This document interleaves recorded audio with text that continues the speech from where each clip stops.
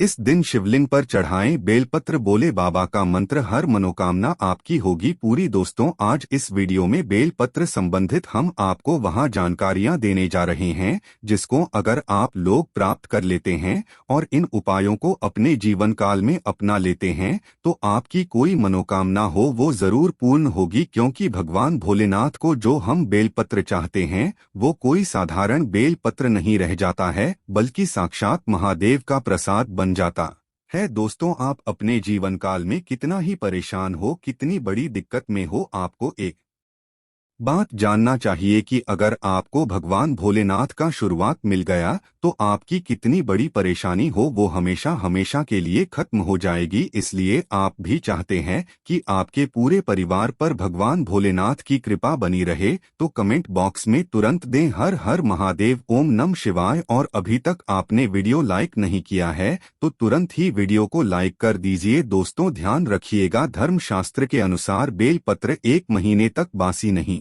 माना जाता है। इसका प्रयोग आप बार बार कर सकते हैं, जिसका मतलब ये है कि देखिए होता क्या है कि भारत के कई गांवों में, कई कस्बों में जहां शिवालय है वहां पर बेलपत्र इतनी आसानी से नहीं मिलता है। तो वहां पर लोग यही करते हैं कि भगवान भोलेनाथ को जो बेलपत्र चाहते हैं वो बार बार धोकर के चढ़ाते हैं। और ये गलत नहीं है, ये ऐसा आप भी कर सकते हैं। अगर आपके होता नहीं है तो दूसरा, भगवान भोलेनाथ को बेलपत्र चढ़ाने के पीछे एक बहुत बड़ी पौराणिक कथा है जो आपका जाना बहुत ज्यादा जरूरी है। क्योंकि समुद्र मंथन के दौरान कई चीजों के साथ भी निकला था जिसका जो जहर था वो पूरी में फैलने लग गया था। उसी वक्त शिवजी ने विश्व को अपनी कंट्री में धारण कर लिया था, इसीलिए महादेव जी को नीलकंठ भी कहा जाता है। अब विश्व के प्रभाव से भगवान शंकर जी के शरीर का ताप बढ़ने लगा जिसके वजह से आसपास का जो वातावरण था वह जलने लगा था। तो उस वक्त देवी देवताओं ने भगवान भोलेनाथ को बेलपत्र और पानी अर्पित किया था, जिसके बाद भगवान भोलेनाथ के शरीर की जो उत्पन्न गर्मी थी वह शांत होने लगी थी। उस दिन के बाद से बेलपत्र भगवान भोलेनाथ को चढ़ाने की परंपरा चली आ रही है। मतलब अगर आप भगवान भोलेनाथ को बिल्वपत्र चाहते हैं और एक तरफ 1000 कन्याओं को खाना खिलाते हैं तो ये बराबर माना जाता है, इतना शुभ होता है भगवान भोलेनाथ को बेलपत्र चढ़ाना। कहावत तो यहाँ पे दोस्तों की अगर कोई व्यक्ति प्रतिदिन भगवान भोलेनाथ को बेलपत्र चढ़ा रहा है तो उसका काल भी कुछ नहीं बिगाड़ सकता, जैसा हमने आपको स्टार्टिंग में ही बता दिया था दोस्तों कि भगवान भोलेनाथ बहुत ही भोले हैं। वो किसी भी व्यक्ति की हल्की सी पूजा से, साधना से प्रसन्न हो जाते हैं। लेकिन एक बात का ध्यान रखिएगा और सावधान हो जाइए, क्या अगर आप भगवान भोलेनाथ के सामने गलत तरीके की पूजा करते हैं तो दोस्तों मान के चलिए आपको भगवान भोलेनाथ का क्रोध भी झेलना पड़ सकता है। तो बेलपत्र जो होता है दोस्तों वो भगवान भोलेनाथ को चढ़ाने का बहुत ज्यादा शुभ है। लेकिन बेलपत्र कुछ आप दिन ऐसे हैं जब नहीं तोड़ सकते हैं। जैसे किस किस दिन आप बेलपत्र नहीं तोड़ सकते तो कुछ खास स्थिति है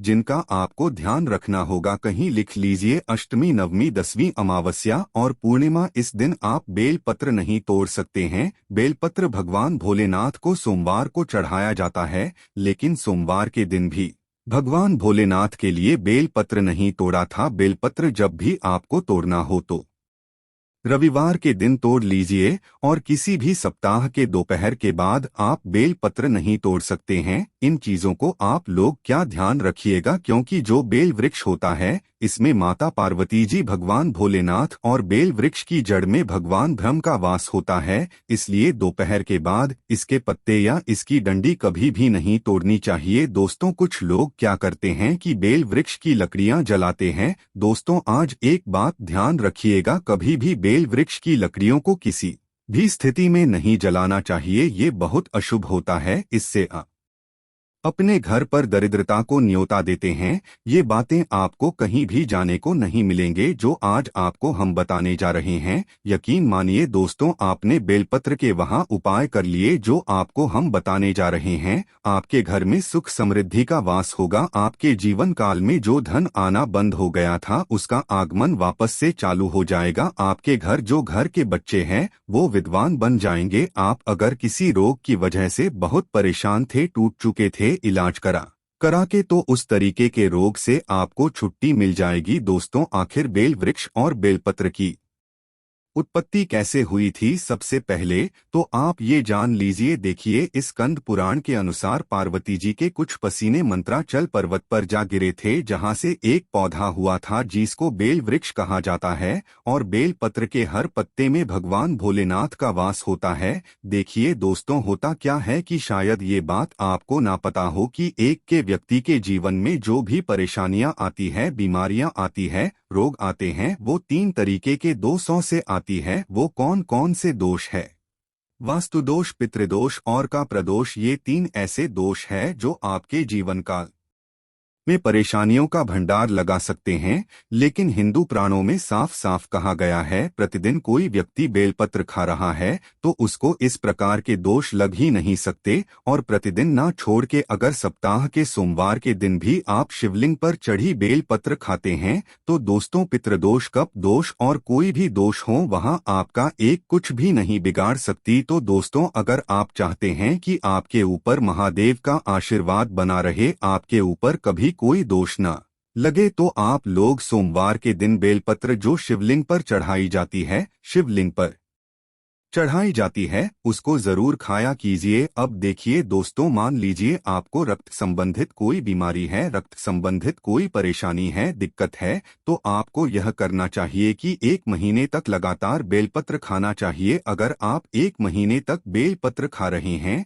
तो ये साइंस की लैंग्वेज में भी कहा गया है कि ये बहुत ज्यादा फायदेमंद होती है। रक्त संबंधित जितनी भी परेशानी होती है वो खत्म हो जाती है। आप चाहते हैं कि आपका ब्लड प्योर हो जाए, आप चाहते हैं कि आपका जो रक्त एकदम साफ हो जाए, तो आपको बेलपत्र जरूर खाना चाहिए। शायद ये बात आपको ना पता हो, विदेशी लोग जो होते हैं दोस्तों, भारत से बेलपत्र ले जाते हैं क्योंकि विदेशों में बेल वृक्ष जल्दी उगता नहीं है। भारत से बड़ी मात्रा में बेलपत्र ले जाते हैं और अपनी दवाइयों में इसको डालते हैं। जो बड़ी बड़ी बीमारियां होती हैं, उनकी जो दवाइयां बनती हैं, उसमें बेलपत्र का इस्तेमाल होता है। दुख की बात यह है दोस्तों कि विदेशी लोग जहां पर हमारे भारत की औषधि का इस्तेमाल करते हैं, हमारे जो लोग हैं, खुद के लोग हैं, उनमें सारी जानकारियां विलुप्त होती चली आ रही है। हमारे भारत भूमि पर ऐसे ऐसे पौधे उगते हैं जिसके बारे में कोई ध्यान नहीं देता है,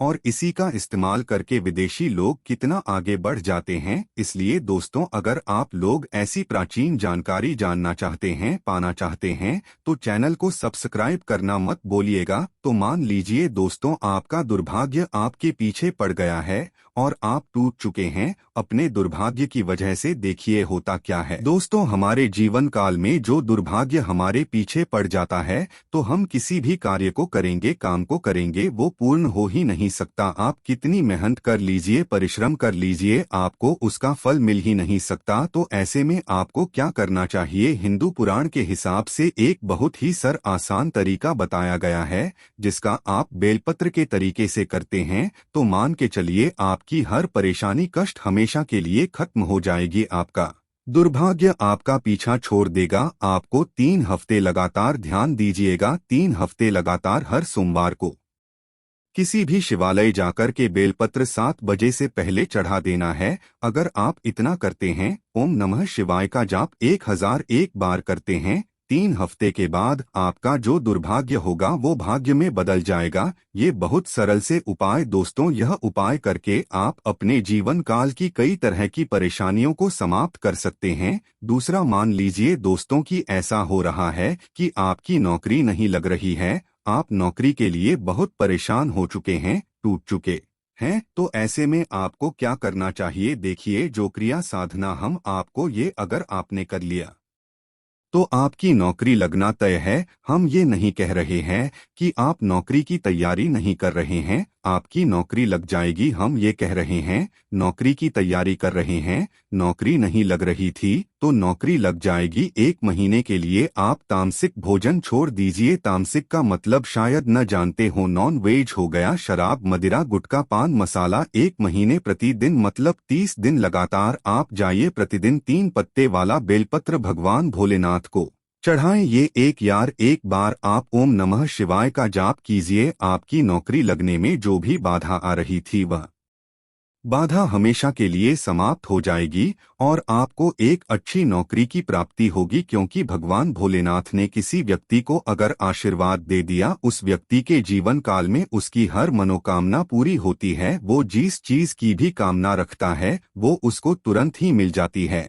और ये बात तो आप लोग जानते होंगे कि रावण को भी अमरता का वरदान हमारे भगवान भोलेनाथ ने दिया था। अब दोस्तों मान लीजिए आपकी कोई मनोकामना A to Z कोई भी मनोकामना है और आप चाहते हैं कि आपकी मनोकामना पूरी हो जाए, तो इसके लिए हमारे वास्तुशास्त्र में एक ऐसा उपाय बताया गया है जिसको अगर आप अपना लेते हैं तो यकीनन आपकी कोई मनोकामना हो वो आप पूर्ण होकर आएगी। तो ये उपाय बड़ा सा है, ये 3 महीने का उपाय है, मतलब 3 महीने के लिए आप तामसिक भोजन नहीं कर सकते हैं। ध्यान रखिएगा, अगर आपने तामसिक भोजन इस 3 महीने के दौरान कर लिया तो दोस्तों आपको भगवान भोलेनाथ का उग्र रूप देखना पड़ सकता है। तो ऐसे में आपको क्या करना चाहिए, देखिए बहुत आसान से उपाय हैं। 3 महीने की प्रत्येक सोमवार को आपको शिवालय जाना है, सफेद वस्त्र धारण करके हाथ में एक धतूरा ले जाना है, धतूरे का फूल ले जाना है